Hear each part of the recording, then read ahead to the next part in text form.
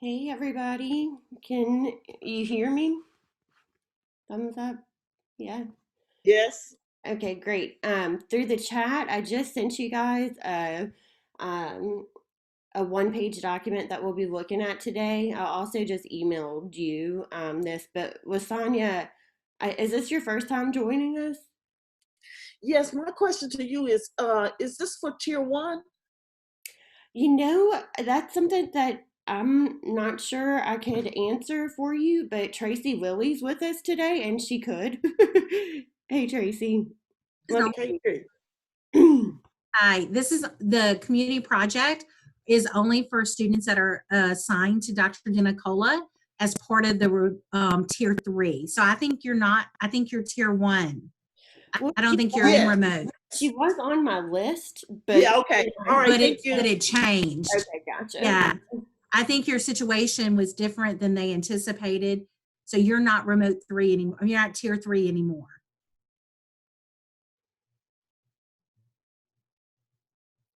Is that correct? It looks like she might have froze. Okay.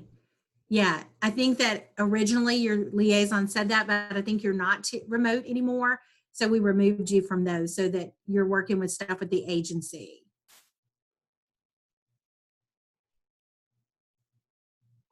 She's still frozen on my end. Yeah. Yeah. Yeah. Well, Tracy, thank you for And joining. I don't know if she's trying to remove herself, but you can do it too. If you Yeah, need that to. might be why it's frozen like that. Maybe so. Hey, Joanna, how are you? Hi, I'm well. How are you? What time in the middle of the night is it for you? It's 3 a.m. Where are you, Joanna? When I read that on your journal, I wondered where you were. I'm in South Korea. Oh, okay. Are you Are y'all, is the base still quarantined?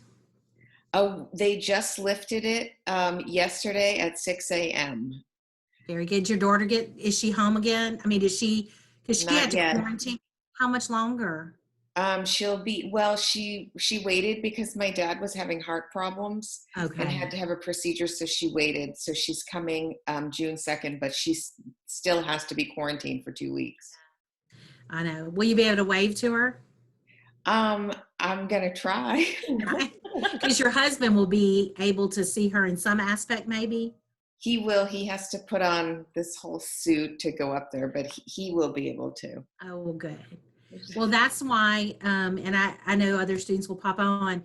When students complain about stuff, I'm like, okay, we have a student serving in South Korea that does this at 3 a.m. I think you can do it. You've like set the bar right there. Well, Oh, maybe gosh. not there. So, because when we discussed this, I was like, okay, we're Central Standard Time. She goes, I'm going to do whatever it takes. I'm like, okay. And she has. She has. I don't know if you heard me tell them this, but on the chat, I shared a document that I'm going to be showing them today. So you should be able to open it too if you want to kind of glance over it.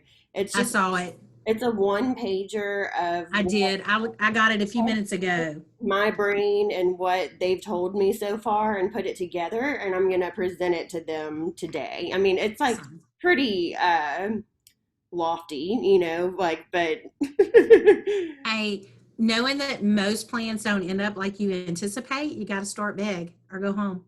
I do have something at 1:30. I don't know what. We're just gonna need you for a few minutes. I just wanted you Okay, um, awesome. to be here while we kind of looked at it and started thinking about activities that we might be doing for towards this, just to make sure we're on the right track with what you're thinking about them, spending their time doing. So, Yeah, every one of the projects is so different. So, and this is really exactly what they have said, So what they've really been finding is that a lot of what their assignment so far has been is to go out and talk to social workers where they that's live. awesome. And so they've talked to social workers in lots of different contexts and found that there are a lot of them that are struggling with their own mental health issues right now and their own maybe even substance use issues that are exacerbated right now with this crisis. We've talked about how those issues usually don't come up to us until it's a crisis for the worker because nobody wants to talk about those things. And so, usually we hear about this for like impaired professionals programs whenever there's already been some sort of ethical violation, and we want to meet people where they are. And I'm going to share with them today all the social workers I talked to and interviewed told me, I'm not talking to anybody. I'm doing fine. I don't need a social worker. I'm like, yes, you do. You just drank a whole bottle of wine. You need a social worker. Well, I told somebody the other day, one of the projects is talking, working with Our Lady of the Lake, doing people telling their COVID story. And I said, it's because you can give people a crisis line, healthcare people a crisis line. They're not going to call probably. They're not going to call. You know, but yet we are doing it as if they're helping students. If they'll tell the students their story, it'll help students. And I'm like, they'll do it to help somebody else, but hopefully it'll help them too. But it's just a unique, we're going to all need t-shirts that probably say detox and diet. I joked with one of my friends who's a social worker, like we could have harm reduction happy hour where, everybody's allowed one glass of wine.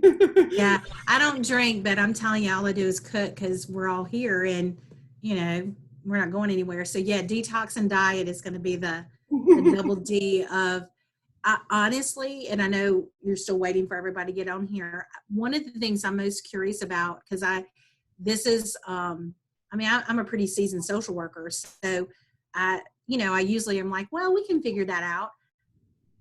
The re-entry of this, of how to acclimate, this isn't a beginning and an end. This was a very drastic beginning, but we don't know what an end really looks like because we don't know when, we don't know what that's going to look like. And so I think re-entry is going to be a unique phenomenon that we don't really know. I went out for the first time yesterday, really out, because my person who cuts my hair finally said we could come. But just being in that, I know, thank goodness. But even being in that environment, you had to wait in your car and you had to put on a mask. They had to take your temperature. You could feel it. It was only 4 people in the building, but you could feel people are nervous. Then I have a group that I lead on Wednesday nights, and we met in a parking lot and did an outside circle. It's just people are not sure how to relate to each other. They're trying to social distance. So I don't know. I think there's going to be some social aspects of this around mental health. I don't think we're going to know. I just think it's a new day, and I don't know. Be interesting to. Something that you mentioned, Tracy, about they're doing it as if they're telling a student, that's similar to the idea that I have. So the idea that I have for the students to take and run with or to come up with what they want, from what we've discussed, is to have a self-care buddy. So a student will be assigned with a social worker, but it's a peer support program. So there is no, like, Mhm. everyone is the client. There is no one person who is Yeah. the interventionist and one person who's the client. Everybody is the client. So it's kind of like the model in some substance abuse clinics where they have peer support, but it's also a little like a mentor program to me and what I'm thinking, and that this also could be done like hybrid between or on campus and online students and field placements. So like this could happen between a social worker and a social work student anywhere. So like let's say that Joanne in Korea has social workers that are there that want to be part of our buddy program, then they could be assigned to one of our social work students.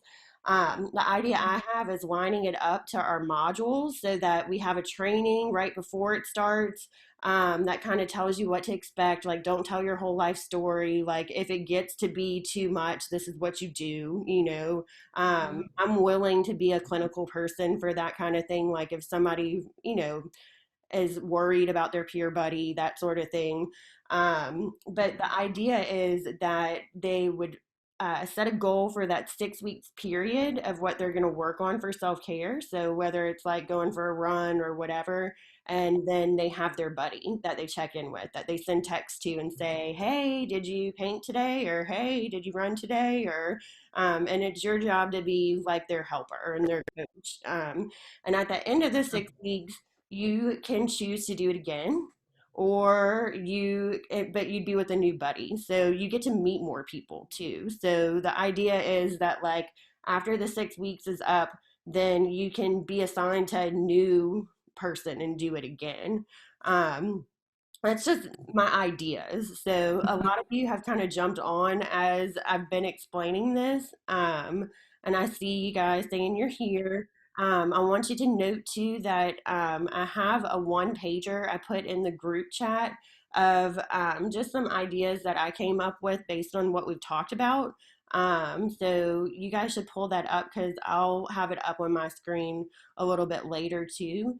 And I have Miss Tracy Lilly here with us too, so that she can help us while we're kind of getting into the nitty gritty today, of figuring out what our intervention is going to look like, because she's great at that. I brag on you all the time whenever I talk about you, Tracy, that you're like the most important social worker anybody can know in Louisiana, because you meet every single social worker. Oh my gosh, that's, I mean, everyone that I don't know about that. I mean, you meet almost everyone that goes through our program. Then you have people in field who their supervisors might have gone to other places. So, I mean, Tracy's just like a really smart lady and really well connected. And I mean, Well, Cassie was my student years ago, if you can believe that. yeah, so she's a good person to have in our group, and she's our director of field. So I want to make sure that you guys feel confident with what we're doing, and having Miss Tracy here, she's kind of given thumbs up too about like, okay, we're on the right track. So Well, several things that you talked about. I know you're looking at literature, and part of the reason for the whole community outreach group I've shared before, and I've been kind of updated on a lot of the groups, so they're doing such different things. But it really is to give you more direction in some of your hours, because particularly in the block format, 40 hours is a lot of hours in the week when you don't have some specific thing. And I think the biggest thing that I would imagine, using my own thoughts about interning, is I want to do something that makes a difference too. I want to do something real. I want to be engaged. And so, although we try to do a lot of those things, remote itself does, I mean, that's what it means. It's not in real person time. So the community projects really were to give you an opportunity to learn some of the competencies, to have some experiences that would be similar to maybe what you do at an agency, or you work collectively. One of the things that you're doing in this project, what you're talking about, is the reason for this group. You learn through peers. And that's one of the biggest challenge probably for online already, is that sometimes you're only relying on what we're teaching you or the book is teaching you. And there's something about peer learning that's a huge part of social work practice. And so I love that you're getting that opportunity to engage, because guess what? You're going to work together. There are going to be some social workers you love to work with. There are some that you're not. Just because you're a social worker doesn't mean you're going to love them. And so you learn how to navigate those things. The other is what I heard you say is you're building it on a foundation of mentorship and accountability. Cassie had mentioned AA, and that really is that part of it, is that someone who's walked the same direction usually has a better chance of leading you in that direction. And the other is accountability, that you know someone's paying attention. If any of y'all do work in suicide, have you worked in crisis and suicide? You know that's a part of that treatment intervention too, is that someone's paying attention. Someone recognizes you, someone hears you, someone sees you. And so it's such an important piece. I also think research will tell you that healthcare, social workers being one of them, are not really good at taking care of themselves. They sometimes ignore things around their own mental health. I would argue all social workers. Yeah. I think there's a couple of different reasons for that. I think one is we don't think we're worthy to treat other people when we ourselves are dealing with stuff, and that's so not true. Nobody would ever tell a doctor who had cancer he couldn't treat cancer patients. You know what I mean? It's not, but we put that pressure on ourselves. I've heard a different angle to that. Why would I go talk to somebody whenever I already have the same education, or I've been out of school longer than them, or why should I go talk to a social worker who I refer clients to, or there's lots of ethical dilemmas that come up with dual relationships. And I think sometimes people get locked into this idea that you can't have any dual relationships, when sometimes they, especially in rural areas, are just impossible to avoid. So it's about kind of how do you make it the least risk. Well, the thing about it is, it's not about not having a dual relationship with another professional. It's how do you navigate it? Mm-hmm. If you live in a rural area, you're held by the same standards, but you have to learn to navigate it in an ethical, proactive way.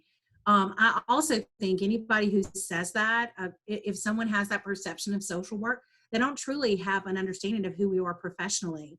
We all have places and times and in situations that you need someone objective, that you, because of just the emotionality of it, it has limited your cognitive ability, just your lack of perspective, that you need someone to kind of step in. The other is, I have really great friends. A lot of them are social work practitioners who can be great listeners, but they're going to want to be on my side. They're not objective. They're not going to, I can't just say anything without them hearing that and responding in a certain way. So I really think that it's important.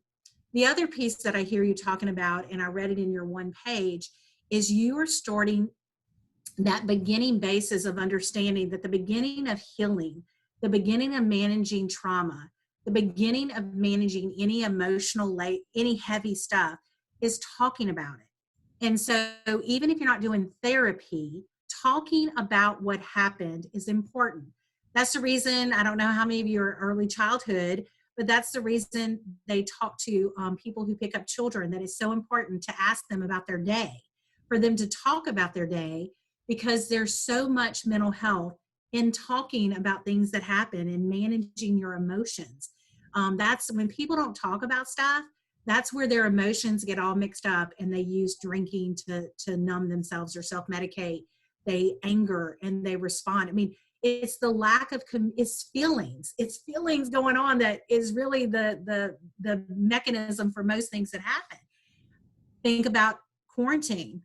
Families all together not able to deal with emotion, and that's why we're seeing domestic violence. That's why we're seeing, marital issues, partner issues. We're seeing all those things because people don't normally communicate, and then you put them in a tight environment and don't have other social interaction to buffer, and things become problematic. But I think that your project hits on so many of those things. I think that it keeps you from therapy because you don't want to go into therapy in this type of project just because of risk management and those kind of issues in your scope.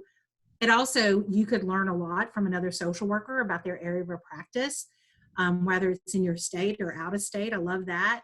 I love prioritizing self-care and also embracing self-care. That I on last Friday, which I hardly ever step away. I'm the worst person about working. I really am. Kat, don't say a word. And I'm not the best teacher. Shame about me, so. I know.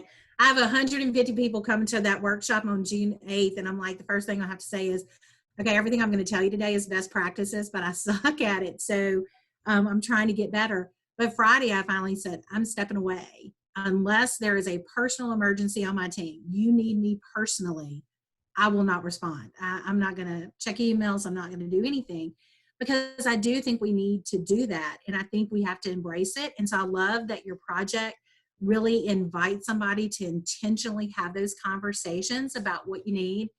I also encourage you, I love the mentoring, but also looking at self-care as a really broad spectrum. Self-care is not the same for every person. If you told me to go read a book, you would be punishing me. I am so sorry. Has anybody had me in class? I probably shouldn't have said that because that sounds horrible that I teach you. I don't enjoy reading. I don't. I'm an experiential, hands-on person. And so if you had, reading a book is not appealing to me at all. But if I got to go and, I know this sounds horrible, but cleaning out a workshop makes me happy because it's something tangible. I see the product. Because in social work, a lot of the stuff we do, we don't see the end. We don't see the difference we make. We sometimes don't get that completion. And so I like projects I can complete. And so you need to think of self-care and initiating that in a very broad spectrum, because it has to be what that person is energized, what brings them joy. So I love all those aspects of it. I know it's a lot of details y'all gonna have to work out. One of the reasons that I'm suggesting having pairs of a social worker and a professional too is that all of the literature that I've seen about social work and self-care shows that, people who are in practice say they didn't get any formal education about it. And that people, only heard self-care is important, but not how to do it. And some people think they do self-care, but they don't. A lot of people do what I call self-improvement, but it's not self-care. Like, I'm going to run a half marathon because I want to lose weight or whatever. Like, that's kind of punishing to me. Like, of course, I'm going to be better at the end of it if I really do it and everything, but that sounds awful to me too. And it probably is going to take a lot of time to do. So whenever I have students that I'm talking to, I try to get them to think about what is restoring them, like what is going to make you fresh and renewed to go back to work. And if it doesn't fit that, then you need to pick something else, because it's probably something really a good goal to have for yourself, but it's self-improvement and not self-care. And if you have not, and because I know, y'all are all advanced, correct? Are y'all advanced? Foundation. We separate them, so I wasn't sure. One of the things also at some point you're going to read, if you haven't already, some work by Charles Figley, and really understanding about compassion fatigue. I mean, he really did, create just a lot of understanding about it. A lot of his work was not redone, but added to after 9/11. A lot of great work. April Natural, if you've ever read some things from her too. Just some really solid stuff to look at those professions that give of themselves, not just mentally, but physically and emotionally. What's it do to you to hear people's stories? And so I think that we're doing a better job at educating about compassion fatigue. I don't think we're doing enough about environmental fatigue. In fact, we'll have a seminar on it that I'm doing for y'all. I don't know when. It's in a few weeks. Because it's the environments that we work in. Like, I doubt any of you came into social work because you said, hey, I want to be a mediocre social worker. I hope I can impact a few people. And I know it's a lot of red tape, and nobody does that. We have a graduate from a year and a half ago going to talk to y'all one day. His name's John Bro. And he's coming to talk about that first year of MSW, post MSW practice. It can be very disillusioning at times. It can be very frustrating. And most of the frustration is not clients. It's the environment that you work in, because some are not social work agencies. So as you're working with these social workers, it may not be self-care needed because of the work with clients is hard. It's the hard work is dealing with the agency to be allowed to do the work with the clients. And so I think that as you are doing that, I also think that you may, I don't know what this would look like, but it's also looking at the work we do on a spectrum. My stress in my professional life for LSU is a different kind of stress. It's getting everything done, trying to make sure that everyone has what they need, being fair, being consistent, working on policies. But in my professional, personal life, where I volunteer and do work with women, it is a much more emotional driven kind of work that I do. I need self-care stepping away from LSU stuff. I just need to get away from it. I need to my mind and not have emails and blah, blah, blah. But in my professional, personal part, I have to debrief sometimes. I mean, some of the women that I work with are going through really horrible things, and taking that in and hearing their stories, I need as another social worker to just kind of debrief sometimes, because it's some really heavy stuff. So I think you have to kind of know where your self-care is needed too, and not thinking that it's the same, not just for personality, but the work. I don't do life and death for LSU. I don't do life and death. I do not have to answer a phone that someone's going to be suicidal. I don't have to make a risk assessment. I don't have to make sure that level of care is given. That is a different kind of stress. But if you choose social work, or your mentor that you're going to work with works in a high level of emotional decisions all day, a high level of risk management, if you work in an agency that way and it is constantly all day, you have to think about levels of care for safety of people, you're going to need self-care in a different way, because it is going to tax you. You're familiar with secondary trauma, vicarious trauma. The more you have of that, then the self-care looks different, but is needed differently too. So think about that too, as you're kind of thinking about your mentors. And if you have more than one, you might want to think about that too. Having a couple of very high level stress may be a little much, but I don't know if that helps at all. But Yeah, it definitely does. I know that you have limited time with us, Tracy, and for the students, some of the things that are in the document and that we're talking about are new ideas for them, because I have kind of taken and kind of culminated what we've been working on. And so this is my interpretation of what we've been working on and what kind of ideas we've had. But I want to hear from the students about what you guys think about what we've been talking about and what you want this project to look like. let me tell you something real quick, and then your feedback. One of the things that one of the other projects is they're doing, it's the Our Lady of the Lake. They're telling their COVID story. One of the things that I had helped them develop that I'm hoping is going to be very helpful is at some point hearing validation and appreciation. And so it's not just them telling their story, it's also saying, we appreciate you. We appreciate what you've done. You are thought about. What you do matters. Because I do think social work is a little bit the same.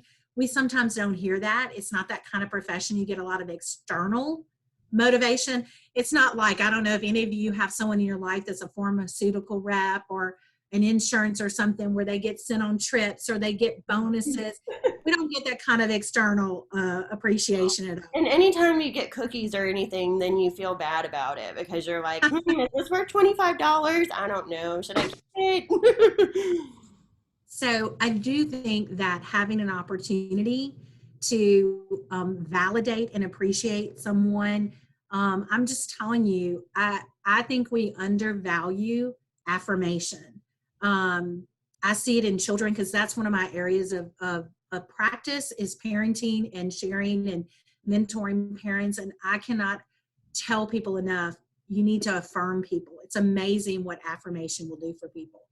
And so I don't know if that can be incorporated in it, but I just, something simple. Look, our supervisors, we usually give them some little gift at the end. It could be a pen or a t-shirt. You would think that we have given them something huge. So it's really about the thought. I know that, what is that saying? That it's the thought that counts, but it's not even the thought of the gift. It's the affirmation of what you did made a difference. And some clients will tell you that, but you will not get that a lot. I think we think we're going to get it more than we're going to. And I do think that it's an important piece. Yeah. Yeah. All right. So, students, we've been talking your heads off. What do you guys think? I'm missing Lily's, don't you have a dog, Lily? Or is it No, I have a cat. your cat? It was your cat. It's Sarah Iggy that has Duke, the big dog. Yeah. So I kept I'm in the waiting. market for a I've dog. seen many. I have been seeing many pets, although I did see the first one ever as a huge. I don't know if anybody was with me today. I'm looking at your names. There was a huge parakeet. As we were talking, it kept doing its head in the thing. I think So, that's Ashley. no, it's Kita. Oh, just kidding.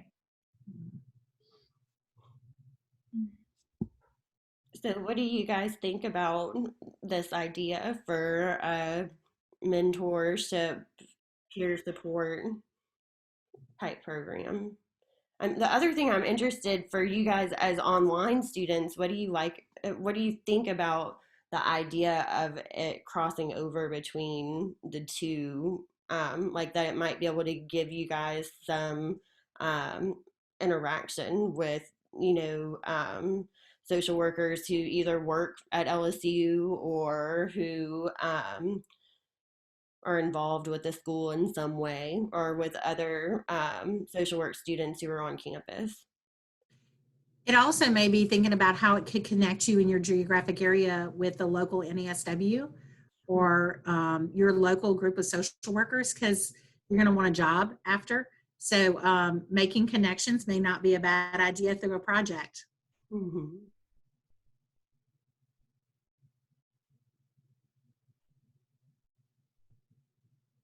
Quietness. People are never this quiet when we're in class. I'm just telling you. I have a question about the project. I really like your idea, Dr. Danicola. Would it be a like a mentorship thing, or would it be a peer support thing? So the thing that I'm thinking is that it would be peer support, but it would have mentorship kind of undertones to it. It would be peer support in that there shouldn't be a person who's like a mentor to a mentee. Like it should be peers, but there would be that built-in hierarchy of somebody's already a social worker in practice and a social work student, but it's not a formal hierarchy. But that's still, that power differential still might be there, but at the same time, it's not meant to be. That's not my idea for it to be a mentorship. It's meant to be peer support. Okay. But we could change it though. This is y'all's project. But I know that it's hard to work in groups when we're just in Zoom meetings. So I wanted to give you something to work with, because it can take weeks even for a group to come up with a one pager like that. So I just wanted to kind of get us going, like a starter on our fire. But have you done any type of review to see if any other I don't know, like NASW, if they have done something like this, I know our NASW is doing a survey to see how social workers are managing, how this is impacting them. I don't think that has gone there. But have y'all done some reviews in your own area to see if they're doing anything with social workers or what kind of supportive activities they're doing? Have you guys asked anybody when you've talked to them about if their organization's doing any kind of activities or they've been engaging in self-care? think so what I noticed I used to work at a children's hospital, and what was interesting is the managers would always encourage self-care, but it wasn't exactly written out. So they would say like, oh, really take some time for self-care today, but it was kind of up to your own discretion what that would mean. And because of that, I think you were kind of saying this, Dr. Donicola, but because of that, what they were doing maybe wouldn't really be considered self-care. Like some people would just go for lunch, but self-care should be something other than that. Yeah. So I think writing out what self-care really is would be helpful. It could be interesting. One thing that I wanted to put on there, I don't know if I put it as a goal, was to provide technical assistance to organizations about best practices for supporting self-care, because some organizations have great intentions and they actually end up doing things that are kind of harmful to morale sometimes, in an effort because they think it's what their employees want or what they need. And so it'd be interesting maybe to do like some research and make a model self-care policy for social workers. I think that's I love that. a lot of organizations would be interested in. Absolutely. And I think that sometimes the thought of team building, they think of self-care, and that is not. Those are two separate things. I know for Christmas, one of the things I do is I give a day to each one of the team members. I'm like, look, I'll cover your stuff, go shop. Mhm. And it's amazing. That seems like somebody would go, that's self-care. Yeah, that's to get to go and just do some Christmas shopping or whatever. So some of the things are not elaborate, but it's what is your main goal? And I think that's a great thing to do some review, to come up with what would your ultimate goal? So mine is for them to feel like they got something extra, to take some of the Christmas stress sometimes we cause on ourselves or whatever. And so what is your real goal? And I do think that with what Cassie just said is incredibly important. And that's really about macro work. And you're doing some of that. We have to ask the people we're serving what they need. Mhm. You don't go and tell them what you're going to do. You need to know what they need, or you spend all this energy and that's really not what they need. They don't find it helpful at all. So we at LSU, they give us a retreat and nobody wants a retreat. That's not meaningful, So ask the people that you need, that you're going to be working with. Right. Well, I know that Tracy needs to jump off. So before she leaves, do you guys have any specific questions for her? No. Well, it was good to see all your faces. I encourage you. I hope that, because I know you're spread out, I hope that you will find a way to connect with people in your area. I hope that it'll be social workers, because I really think and this is myself, well, I don't think it's selfish, but it's my own self-motivation, is one of the things that we're not going to have with you not being in an agency in your community is that you lose that making connections with other social workers and really getting to meet people in your community, which usually then lends itself to job opportunities. So if you could coordinate that with it too, to actually interface in some way with actual social workers, I think that would be not only a win for this project, but it probably would be a win-win for you once some of this changes. So that's just like a additional thought, but I would love that too for you. I know some of you, Dakota and Bria have a connection of a social worker in their area. They call her mom, but she's a social worker. Well, you do.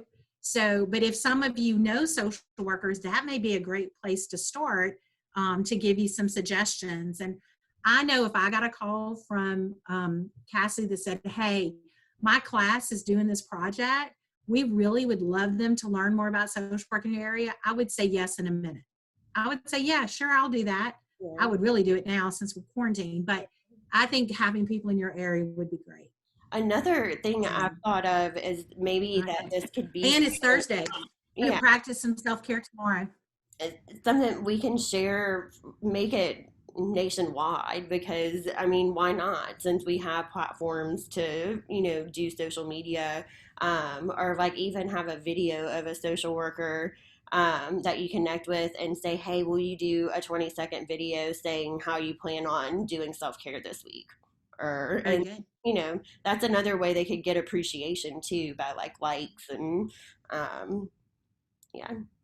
That's Do you right. think we And should it may be coordinate that with the other group at all, or since what? do you think we should coordinate with the other group at all since we have similar ideas? No, Because okay, they're doing healthcare workers at the lake. okay, gotcha. But utilize the school's uh, Facebook page if you need to. Okay, all right. And Ann Steer, who is, Louisiana's NASW person, she probably has connections of all the directors on all the states. She may be a great person to jump on with y'all one day too. Okay, yeah, I'll reach out to her. Yeah, she's really accessible and helpful. Okay. So, and she loves talk about joining NASW. So just tell her she's going to share it with students and she'll jump on. So, Okay. All right. Thank you so much, see Tracy. y'all next week. Bye. Bye.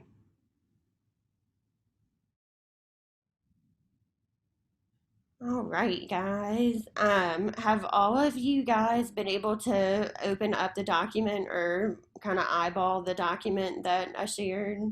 If not, then while we're kind of transitioning, take a minute to take a look at it. I'm looking at the question from Dakota. So you asked, could we ask social workers how they have had self-care through COVID? Yeah, we could. And that brings up another idea I have, that I don't want this to end with your group. I actually have another group that did a similar project to this in another class that I'm going to send you their materials, because you might find them helpful, because they didn't want their project to end. And I think that it's something you can use to build on. But what they did was they had a series of lunch breaks at the um, on campus. So it was for the on campus students. And so they had lunch breaks where they had yoga or they did like adult coloring book. I don't know why they call them adult coloring book, because I use kids coloring books. Little things like that that like have some science behind it to be stress management related. So I'm going to send you their information, because one thing that we might want to do is start a official student organization, so that once y'all are done this module this summer, that it can officially be brought into another group. So I've got another question. Could it be a DCFS worker? Yeah. But I think that we do need to differentiate whether we want it to be someone who is a social worker or not. So DCFS workers that's not always their background. So I think we need to decide as a group how we want to handle that issue. What do you guys think? So would it be like more on like a mental health or clinical aspect? Like which like direction of social work are we wanting to focus on? It can be any social worker. Okay. So you would be asking any social worker how they engage in self-care and Okay. what kind of things they need for their job to engage in self-care. Yeah. All right, Dakota, you said you think we should stick to social workers. Any other opinions about that?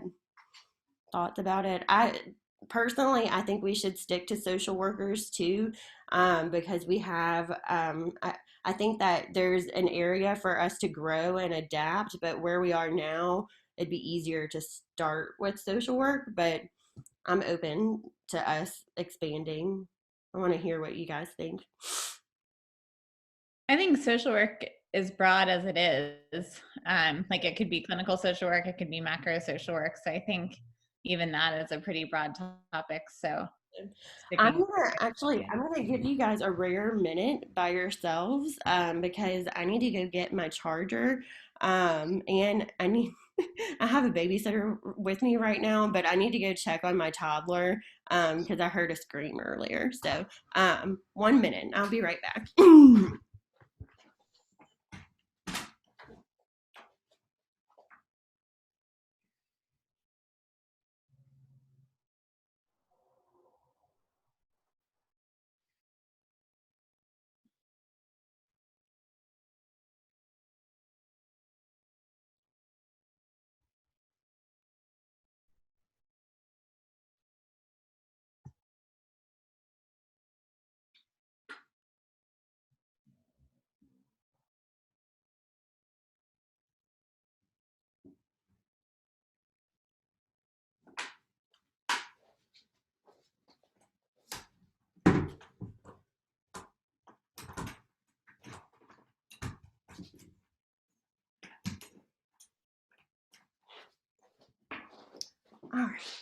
Sorry.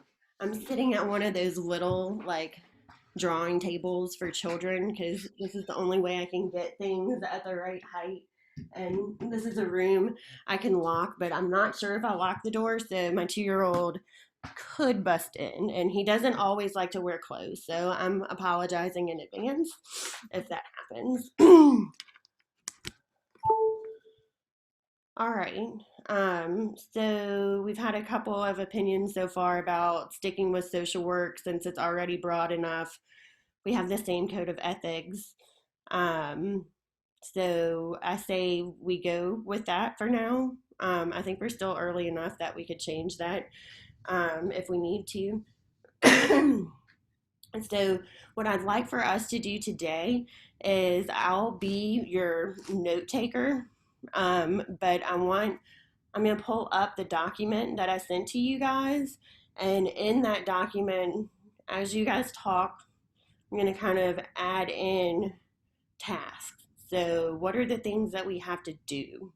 And we might end up taking out some of the goals. Maybe you guys, none of you guys mentioned the research goal in there about having a research program for students. So that must just be the only thing I want, just me who wants to do that. So we might end up taking it out or putting it for a long-term goal. Maybe the 2030, social work students do that goal.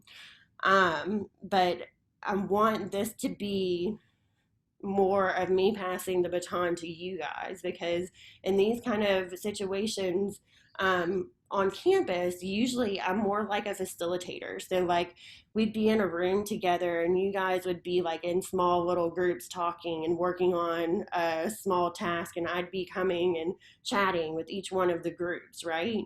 But that's hard to do, organically here. So to try to recreate that in some ways, I'm going to mute myself and I'm going to kind of be like your note taker. Okay. So as you guys are talking, brainstorming, and I'm putting in tasks. So that's what you guys should be brainstorming is what do you need to do, and what do you want your goal to be? What do you want your deliverable to be by the end of this? Do we want it to be a model self-care policy, or is that not big enough? Do we want it to be bigger? Do we want it to be a program? Like, do we want to pilot a program like one that I've talked about?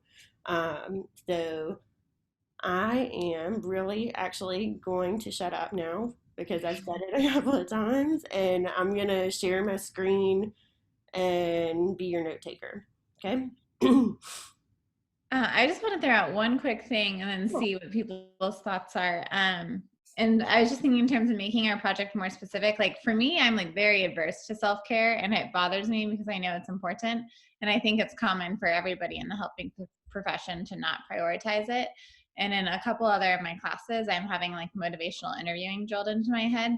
I don't know about anybody else, but if we could do some sort of program on helping social workers address barriers to self-care, and then setting up some sort of way to get them from like a 0 to a 10 on the self-care. Yeah, so that's a great idea. That might be something if we had a buddy program, that might be something like we would need to do some sort of training or orientation. And so maybe for the student buddies, part of it would be motivational interviewing. Like, how do you talk to somebody about where they are with that? And also for us, going out to get people excited about our cause too, right? Like to persuade them and to kind of gauge where they are in their own, circle of change or whatever it's called. I can't remember what it is from motivational interviewing. Stages of change, is that what it's called? I think so. Yeah. Okay. So you're suggesting like some sort of training on motivational interviewing, or to use principles of motivational interviewing To address like barriers to self-care. If we wanted to do a comprehensive program on self-care, I think that might be a good place to start. to the use of self-care. Okay. Yeah.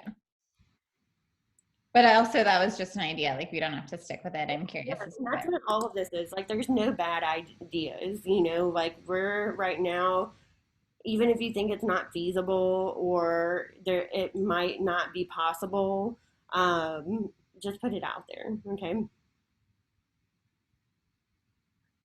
I agree with Lily's idea. Okay. All right. So having a basis on motivational interviewing. Um, so let me tell you a little bit more about my idea too, to kind of jump y'all off on like program specifics of what this could look like. This is what I'm thinking it would look like. Like eventually we may have like a Facebook page or a website, where people can go to download things like a model self-care policy for an organization, or where the initiative might host a Twitter chat about with somebody about what kind of self-care they do, or if it's a Facebook page, we might do a campaign where we have short videos of asking social workers specifically in COVID-19, what have they done for self-care? And then for the peer support program would be like part of that. So, having these cohorts of having a buddy that you get assigned to. And it's kind of like a mix of a mentor, a peer support person, a pen pal.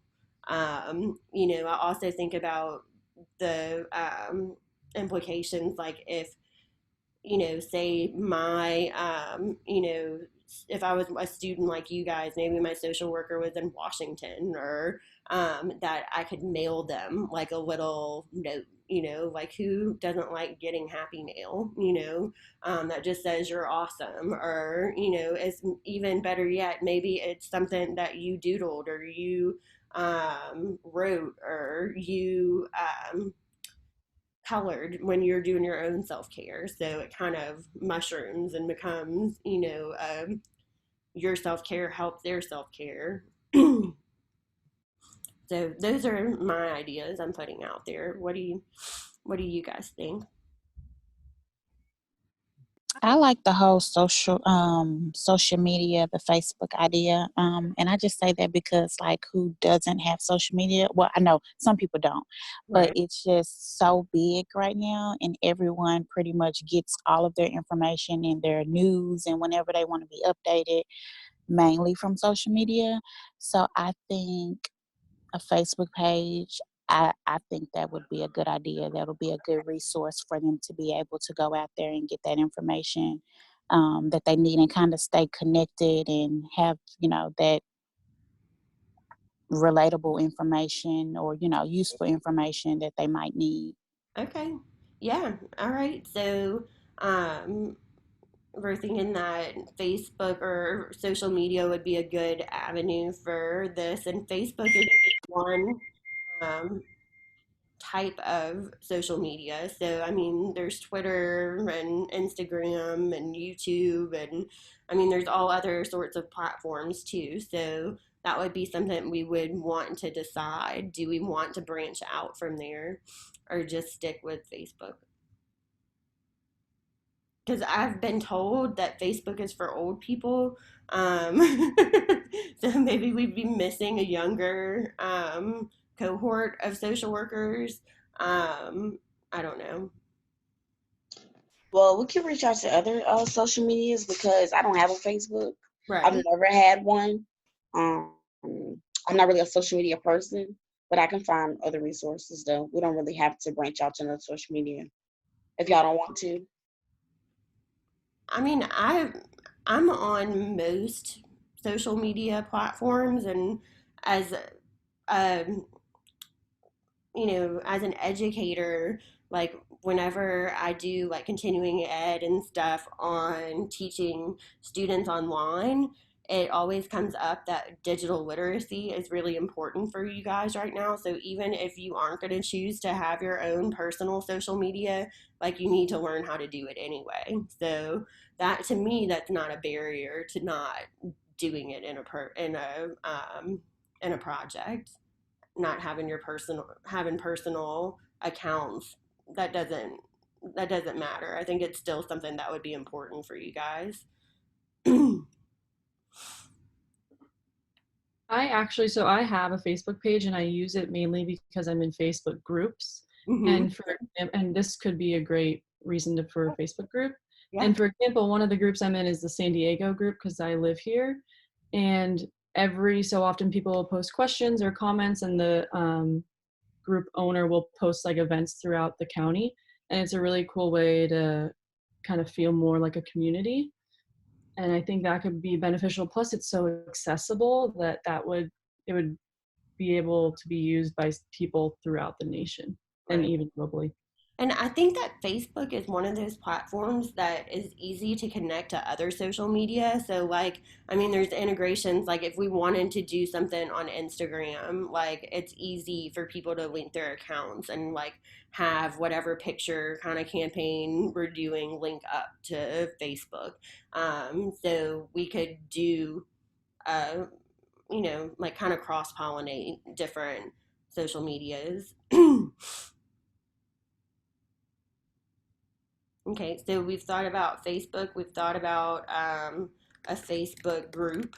I personally have also found Facebook groups to be really important right now. I'm in a bunch of them, and there's so many of them now too that are specific to COVID-19, like about being kind of thrust into teaching online. Like there's so many groups out there for professors that are used to teaching on campus and now are teaching online. So I think at least regionally where I am, I know a lot of other social workers who use that for professional development too, like, to reach out for resources for a client or that sort of thing. Like, hey, does anybody have openings or anybody specialize in this particular problem? All right, what else? Think about things we would need to do. So, I was just going to say, I don't know how to do this, but my daughter was showing me a TikTok video of this lady who had the most soothing voice, and she was saying things like supportive, encouraging things. And it was just like, I don't know, maybe a 30-second video, but it was so meaningful. It was powerful. I thought that was cool. yeah, that is really neat. That's something that, as a group we could create too, have you guys, I don't even know what it stands for, and it's a little, um, have y'all heard of like AMDR, I think is what it's called. It's like these videos where like it's just that, where it's like, some weird, it's sometimes a little weird. Like the way I learned about it was because I was looking for role play videos for crisis intervention. And so it was an AMDR of somebody who was being admitted to a psych hospital. And like, so the whole idea is like to feel like that person, but a lot of times it's like a meditative thing, like to kind of put you in, a trance, like, or a therapist. I've seen ones where it's a therapist telling you like exactly what you need to hear, like, and maybe we could do ones like that exactly what they would want to hear about COVID, like that you're okay, you're safe. Yeah, I think that's good. Yeah. I think, sorry. You're in LA, you probably know all the trends. No, well, it's called ASMR, but yeah. ASMR, okay, yeah, I sound so old now.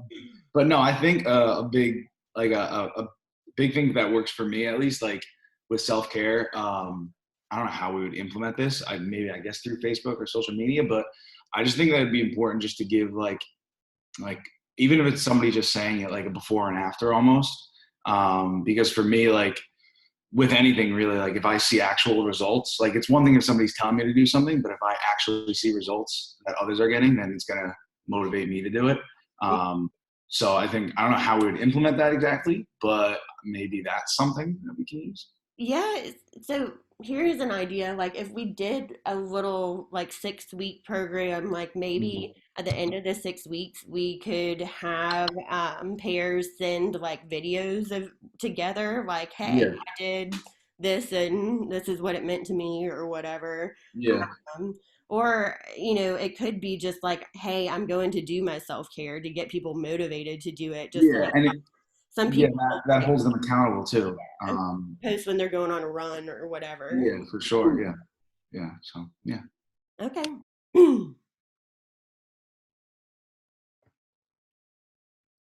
All right. I'm going back to my promise of typing. I'm gonna keep typing some more while y'all do more talking.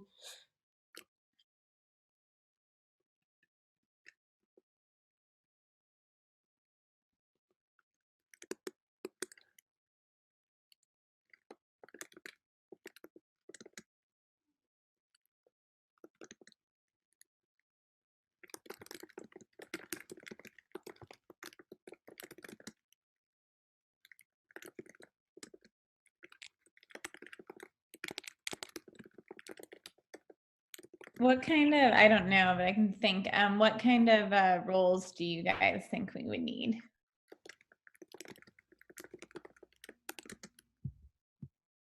Did you say roles or yeah, okay.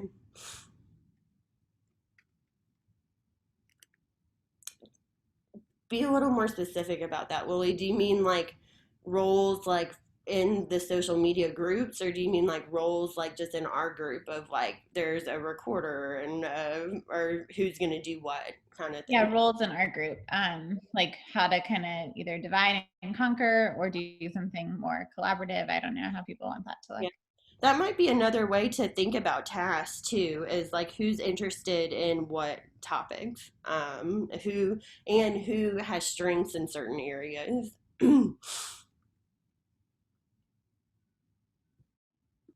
I think a cool role that a couple of us could potentially have is just asking social workers what they enjoy doing for self-care, or even like researching like what the best self-care options are and how we can incorporate those to our day.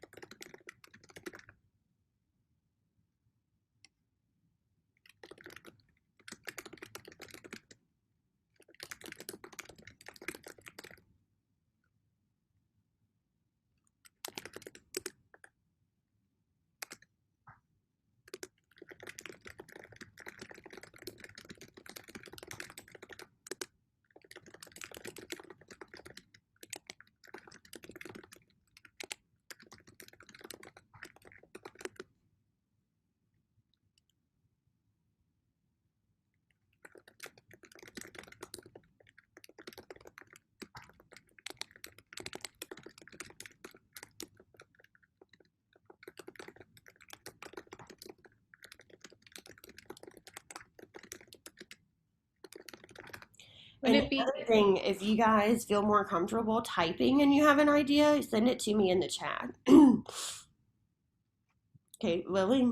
I was gonna say, would it be helpful to think about the project in terms of stages, like stage 1, gather information, kind of like a research team, and then stage 2, like construct a social media, like video or create a group or something, and then stage 3, I don't know, like evaluation or something. Oh, we've kind of done some assessing, you know, so we've kind of done most of that part now, you know, figuring out, okay, self-care, burnout, that's, you know, what we're focusing on. And so now it's more of focusing on the implementation part. So I think that it would probably be more of like what are the different components of the intervention that we're planning. So like maybe like if we decide to do the buddy kind of thing, like there to be a group of people working on that.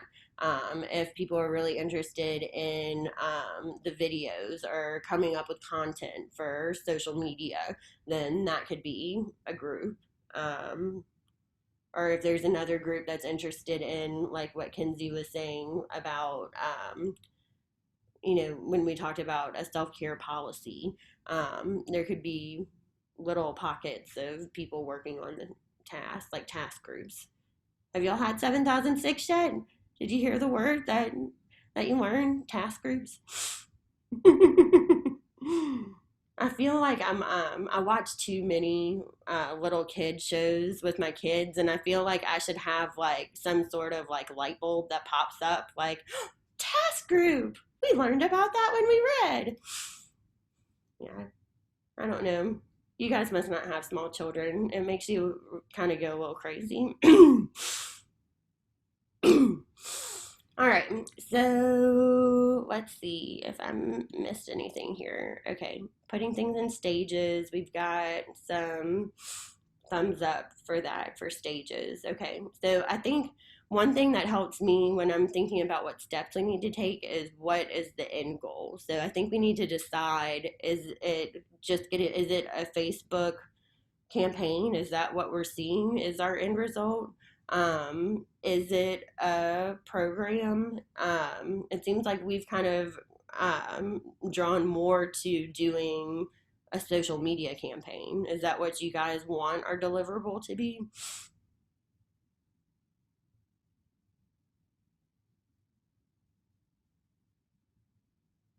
Those all look like yes nods.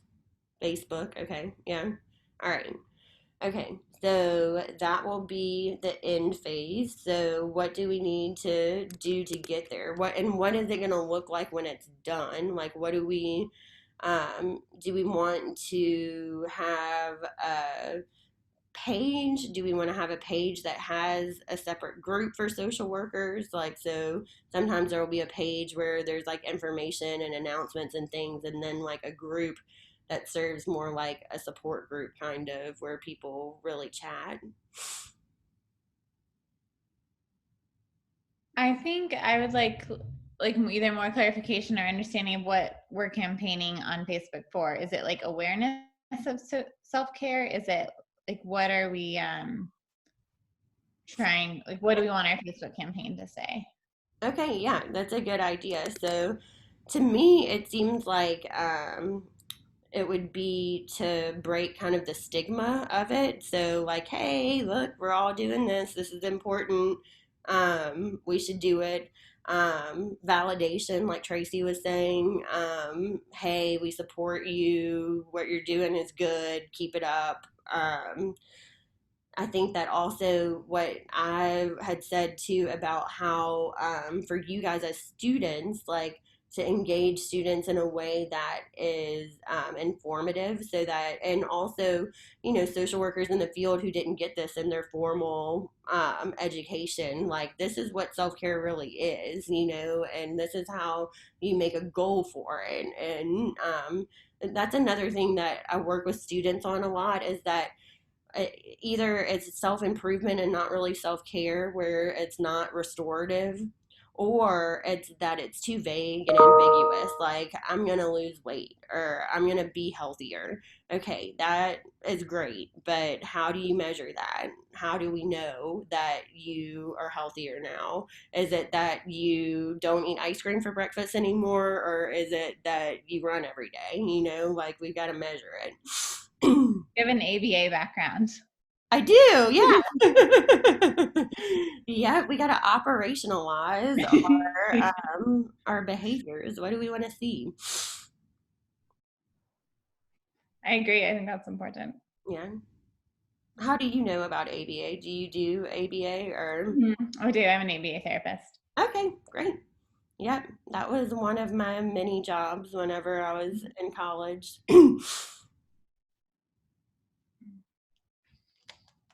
Okay, so Facebook group with the support group is kind of where we're headed. So to make a Facebook group, and a page, what do we have to do?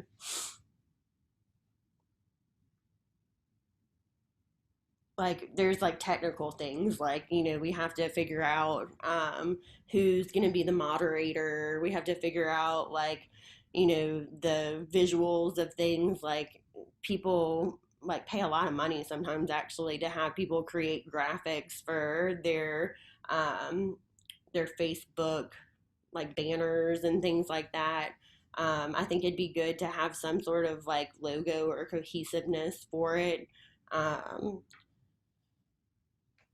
Is anybody in here particularly crafty or like that kind of stuff? The name of the page, the logo, yeah. No. Kenzie kind of raised her hand. Oh, you did? Okay, yeah. If you want, Desperate, like, I Not to call you. don't know if you have an account for this, but I have a professional account for Canva or Canvas. No, it's Canva because that's what I Canva, use. yeah. And so I have the professional one that like I pay for. So I'd let you log into it so you can use those graphics and stuff if you want to. Yeah, that's awesome. I use Canva, so sorry about my dog, but yeah. Okay, cool. All right, so we'll say that. So Kenzie, you're gonna work on graphics. All right, who will work on setting up the account and figuring out like how do we set up a team of moderators and things? Like there's a way to do that. There things you have to think about is if you're using your personal logon, like how is that gonna like once you guys are done and you're not in this class anymore, like I don't want to have to go to Amy every time, to log in or change something. Like, how do you switch over ownership, or is it better for us to, to do some research about that? Okay, so if it's going to be an open group or a private group, yeah, that's another thing we need to figure out too. And what I think what I see mostly is like the page usually is more public and open to anybody. And then, no. The page is open and then the group is what is private. So like we could put like you have to be a social worker, send us your license number, and one of the moderators would have to be in charge of like looking at requests to be in the group to see if they're robots or if they're really social workers or trolls, because I'm sure we'll get some trolls too, just people who are just coming in to like stir up trouble and stuff. All right. And a lot of Facebook groups have like rules in order to join. And I think an important rule for a social work group would be confidentiality, and that they can't mention any patient information in their posts. If they're like going to write a story or vent or ask a question, it should be confidential. Yes, I agree too. There are so many groups that I'm in that I've actually removed myself from them because I don't want the liability of being in the group because they do too much of that. That's something for you guys to think about too as you move into your practice. If you see that, you're all witness to that because you're in the group. And so what does that mean for you if that client decided to sue their social worker for sharing too many details on social media? And a role for one of us could be like going through the posts and just deleting what maybe isn't confidential or what we think isn't appropriate. Yeah, so moderator tasks would be make sure people are following the rules. What was the other one? Oh, letting people in or out of the group. In the group. Okay. And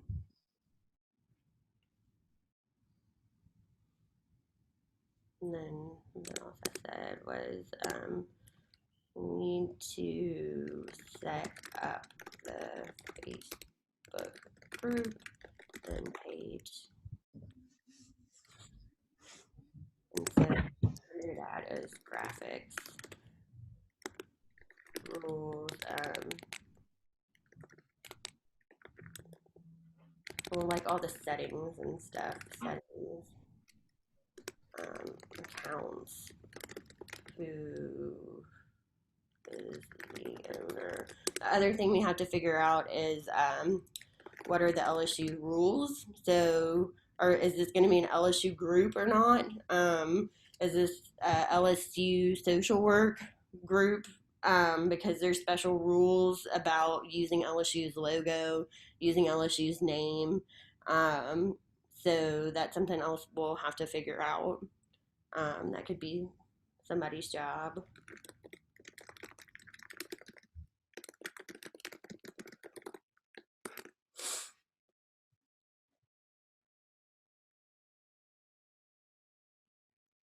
Okay, so here's what I think. So I'm gonna send you this with my notes. I think that before next Thursday, one of the things that you guys are gonna want to do is to get together, even if it's just a smaller group of you guys to get together to flesh this out. Like, if somebody's just really good at making action plans and like just writing out the tasks and things, it might be easier for two of you guys to do it, two or three of you guys, and then kind of circulate it and have people sign up for things to do. But I think that you guys are probably gonna have to dig in a little bit more this week on this. Like, it's gonna be more than just what we can do in the next few minutes together.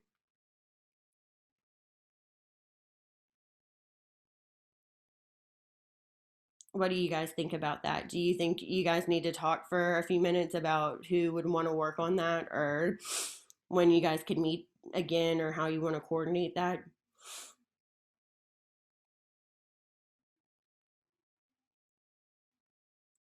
There, and part of this too is that there should be some leadership in you guys that's going to start emerging, and I'm going to be more in the background. Like, you guys are going to come to me and ask questions.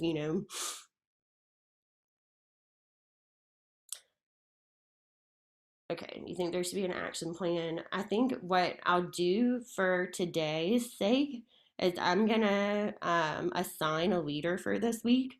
You don't have to be the leader for every week. You can decide if that person ends up being a great leader and feels comfortable with what they're doing and things.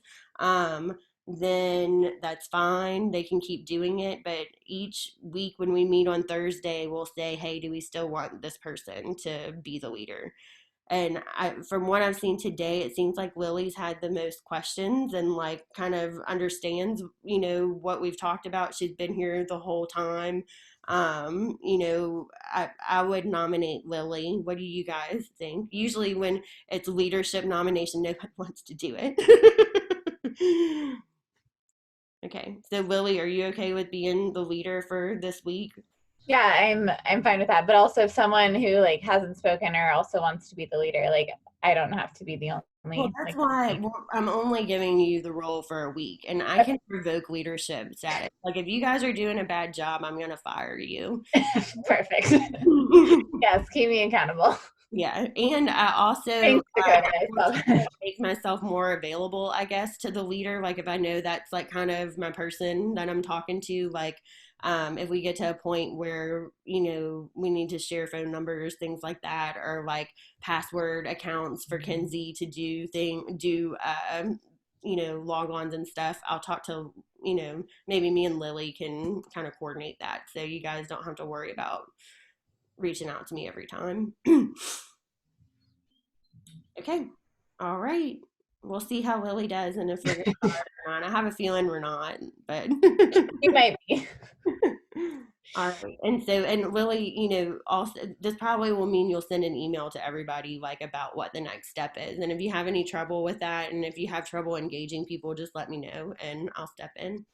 Okay. Or is everybody's email on the emails you've been sending, or were those BCC? I think everybody's getting them now. Alexis, have you been getting them now?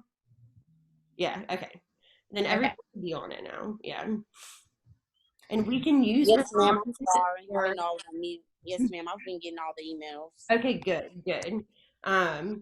I do want you guys to keep doing reflection though on the Padlet link. I know there still might be some kinks to work out with everybody, but again, those are like communication just from me to you. I'll post all of our notes on there for you guys and things, but it's really just communication for me and you individually, and to know like what you're getting out of things. Like if there's about your own personal development in this. So I do want us to keep doing those each week. So keep up with those. They don't have to be super long, but I just want to know what you're doing, what kind of feelings might be coming up, kind of reflect on your experience. So I want to know what you did and your reflection on it. How are you going to take it into your practice?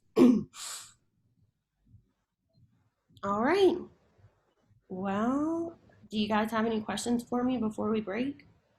I just want to clarify. So after this, at some point today, I will send out an email just kind of outlining the roles that we need filled, and then kind of make it a voluntary sign-up process. And then if there are roles left empty, kind of see who might need a position or what their interests are, and then go from there, and then make it more structured after that. What you guys might want to do is to use a Google a Google Doc, or use just a regular Word document. Like, it has the same features on it now, and that's what LSU uses. I really hate that LSU went to Microsoft. They used to use Google Suite, and now they use Microsoft. So everybody has Microsoft. I'm sure everybody has a Gmail account too, but it just makes it a little bit more difficult. Like, you have to use your personal account instead of your school account. But either one, students have done it either way. Google Docs works better in my opinion. I can use Google Docs. I like it. And that way people can add tasks too. Like, if there's not one on it, like, you can collaborate and change things. Okay, and add me to the document too, whatever you guys are creating, so I can just keep an eye on it. Okay. All right. Thank you guys. And as always, I will post the video for you guys. So if there's somebody who's not here, they can watch it. Or if you just want to go back and be like, well, what did we say about that? You can go back to the video. All right. Thank you guys. I'll see you again next week.